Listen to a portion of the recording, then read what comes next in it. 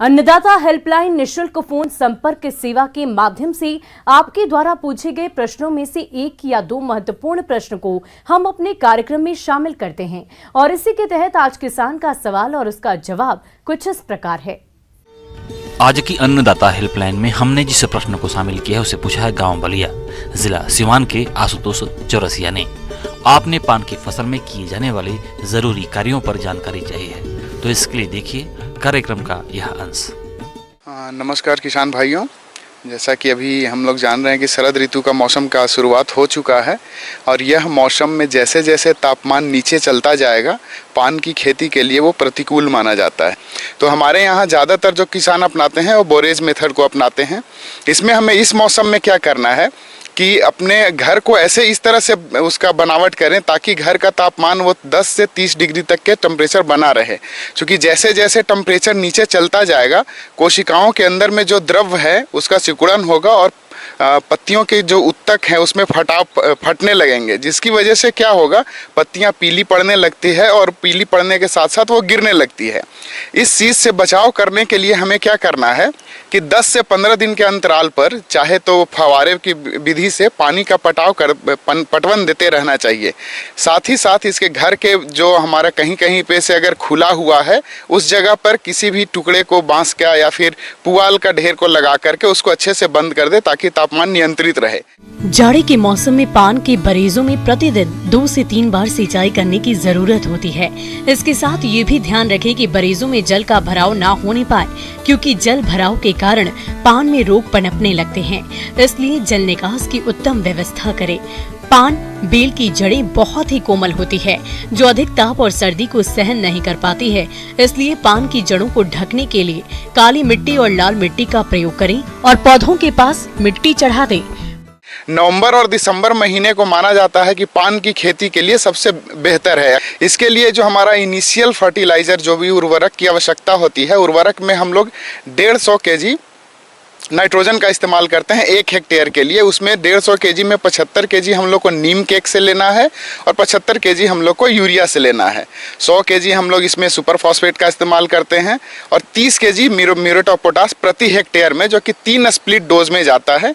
पहला split dose होता है जब हम लोग लता को ऊपर चढ़ाते हैं 15 दिन के अंतराल पर, उस समय देना चाहिए। उसके बाद दूसरा और तीसरा जो हमारा स्प्लिट डोज जाएगा वो 40 से 45 दिन के अंतराल के बाद में उसको देना चाहिए। पान के बेलों को अच्छा पोषक तत्व प्राप्त हो, इसके लिए आमतौर पर कार्बनिक तत्वों का प्रयोग करते हैं, जिसमें सरसों, तिल, नीम या अंडे की खली का प्रयोग किया जाता है, जिससे पौधे की बढ़वार और पान की पत्ती की क्वालिटी अच्छी रहती है। इसलिए समय समय पर खादों का प्रयोग करें। साथ ही बरेजों में उग रहे खरपतवारों को समय समय पर निकालते रहें ताकि पौधों की बढ़वार अच्छी हो। चूँकि पान एक बेल वाली फसल है, ऐसे में अच्छी बढ़वार के लिए पौधों को बांस या सूतली की सहायता से सहारा अवश्य दें और पुरानी तथा रोग ग्रसित पत्तियों को तोड़कर हटा दें।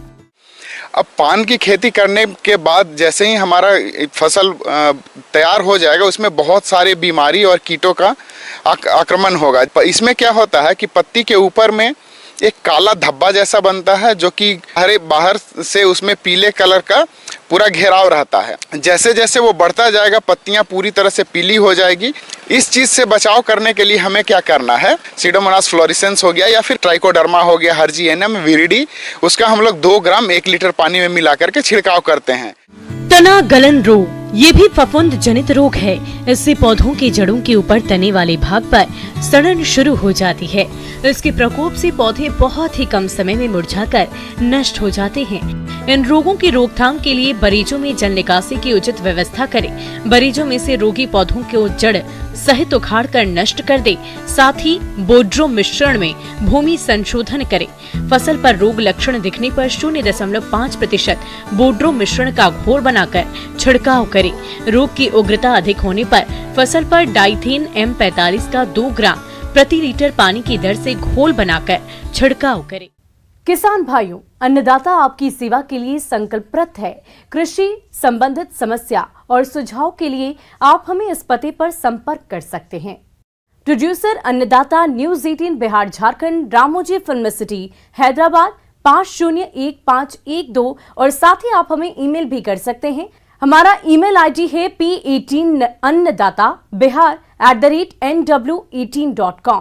इसके अतिरिक्त आप हमें निःशुल्क हेल्पलाइन नंबर 180088926163 पर सोमवार से लेकर शनिवार सुबह 10 बजे से शाम 4 बजे के बीच संपर्क कर सकते हैं। किसान भाइयों, अब समय हो रहा है आपसे विदा लेने का, तो हमारी अन्नदाता टीम को दीजिए इजाजत। कल फिर आपसे मुलाकात होगी कृषि संबंधित कुछ और महत्वपूर्ण जानकारियों के साथ। नमस्कार।